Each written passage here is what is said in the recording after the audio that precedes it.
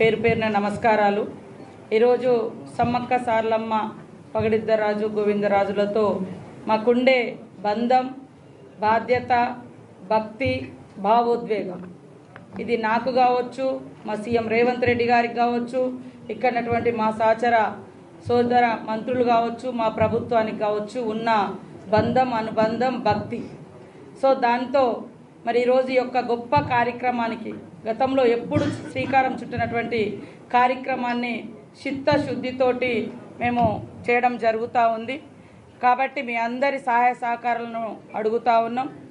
ఖచ్చితంగా శ్రీనివాస్ అన్న చెప్పినట్టుగా జాతర నాటికి ఈసారి ఏంటంటే మేము కొన్ని సంవత్సరాలు, కొన్ని తరాలు ఉండే యొక్క జాతర ప్రాంగణం యొక్క పునరుద్ధరణ పనులు, సేమ్ టైంలో ఈసారి జాతర కూడా ఉండడంతో ఆ జాతర కూడా ముందస్తుగా జనవరి 28 నుంచి 31 వరకు రావడంతో ఇంకా అధికారులు కానీ ఇక్కడ మేము కానీ రెగ్యులర్గా మీటింగ్స్ పెట్టుకొని ఈ పనులను కంప్లీట్ చేయాలన్నటువంటి చిత్తశుద్ధితోటి, బాధ్యతతోటి పనిచేస్తూ ఉన్నాం. అదే కాకుండా ఇక్కడ జరిగేటువంటి పనులలో సమ్మక్క సార్లమ్మ విశ్వాసం కానీ, ఆదివాసీల అస్తిత్వం కానీ, ఆత్మగౌరవం కానీ, భక్తుల యొక్క కోరికలు కొంగు బంగారంలా తీర్చే తల్లుల యొక్క ఘనకీర్తి ప్రపంచానికి 10 తరాలకు ఉండాలన్నటువంటి లక్ష్యంతో మేము పనిచేయడం జరుగుతూ ఉంది.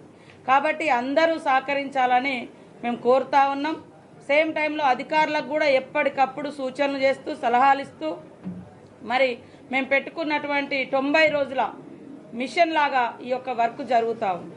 అక్కడ కొంతమందికి ఇప్పుడు ఏం షేప్ కనపడకపోవచ్చు, దానికి సంబంధించిన ఐటమ్స్ రకరకాల చోట్లలో ఆర్డర్స్ ఇచ్చి అవి తెప్పించి పెట్టడం జరుగుతుంది. కాబట్టి దయచేసి ప్రతిపక్షాలు కానీ, కొన్ని పత్రికలు కానీ దేవునికి సంబంధించింది సమ్మక్క సార్లమ్మ చాలా పవర్ఫుల్, అది చాలామందికి తెలుసు. కాబట్టి దేవుని మీద రాజకీయాలు వద్దు, తప్పుడు వార్తలు వద్దు.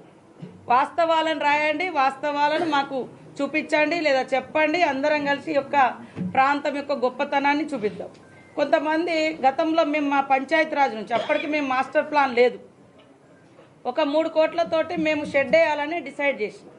ఆ షెడ్ కేవలం తీసుకొచ్చి ఫిట్ చేసినాం. అది 3 కోట్లు కాదు, కేవలం 50 లక్షల లోపు వర్క్ స్టార్ట్ అయింది. ఈ లోపు మాకు మాస్టర్ ప్లాన్ వచ్చింది. దాన్ని తీసి మళ్ళీ కాడ పెడుతున్నాం. దానికి తీయడానికి, పెట్టడానికి మాత్రమే, అందులో వేరే రూపాయి ఒక్కడ కూడా వేస్ట్ కాలే. గత ప్రభుత్వంలో దాదాపు 9.5 కోట్లు 10 కోట్లతోటి చెక్ డ్యాములు కట్టి కూలగొట్టడానికి ₹1 కోటి ఖర్చు పెట్టారు. ఇది వాళ్ళ వృధా. కానీ ఈరోజు మేము ప్రతి రూపాయి ఈ ప్రాంత బిడ్డలుగా, ఈ ప్రాంత మరి వ్యక్తులుగా, ఆ జాతి బిడ్డలుగా బాధ్యతగా పనిచేస్తున్నాం. ఇది ఏదో అధికారం కోసమో అలంకారం కోసమో కాదు, మా ఆత్మగౌరవం కోసం, మా అస్తిత్వం కోసం, మా భక్తుల యొక్క విశ్వాసాన్ని కాపాడడం కోసం, పెంపొందించడం కోసం, 10 తరాలు ఉంచడం కోసం. కాబట్టి ఖచ్చితంగా అన్నట్టుగా సీనన్న అన్నట్టుగా మరొక వారం రోజుల్లో షేప్ వస్తుంది. కొంతమంది వచ్చి ఇక్కడ బొందలు తీసిర్రు, ఇక్కడ అంత ఎడారి వేసిర్రు, ఇంకేదేదో వాగుతున్నారు. అవన్నీ వీడియోలు అట్లా దాచిపెట్టుకోండి. ఓ 10 రోజులు, నెల రోజుల తర్వాత అప్పుడు ఏముంటుందో అప్పుడు చూడండి. కాబట్టి దేవుని దగ్గర రాజకీయాలు వద్దు, దేవుని దగ్గర తప్పుడు ప్రచారాలు వద్దు. నేను చెప్తున్నా కదా, సమ్మక్క సార్లమ్మ చాలా పవర్ఫుల్, ప్రకృతి దేవతలు. మరి కొంగు బంగారంలా అక్కడ ఒక విగ్రహం లేదు, లేదా బంగారం లేదు, బంగారు ప్రతిమలు లేవు. కానీ ఇన్ని కోట్ల మంది భక్తులు వస్తున్నారంటేనే ఆ భక్తుల యొక్క విశ్వాసం, నమ్మకం పెరగడానికి కారణం వాళ్ళు కోరుకున్న కోరికలు ఆ తల్లులు తీరుస్తున్నారు.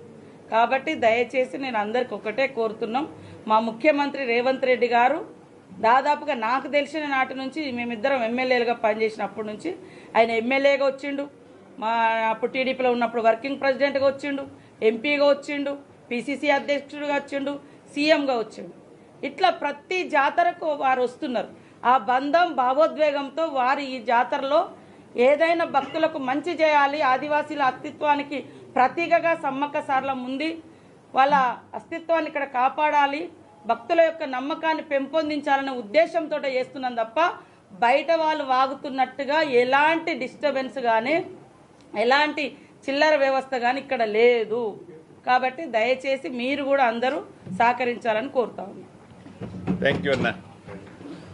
మీరు కూడా ముద్ద భోజనం చేయండి కలెక్టర్ గారు.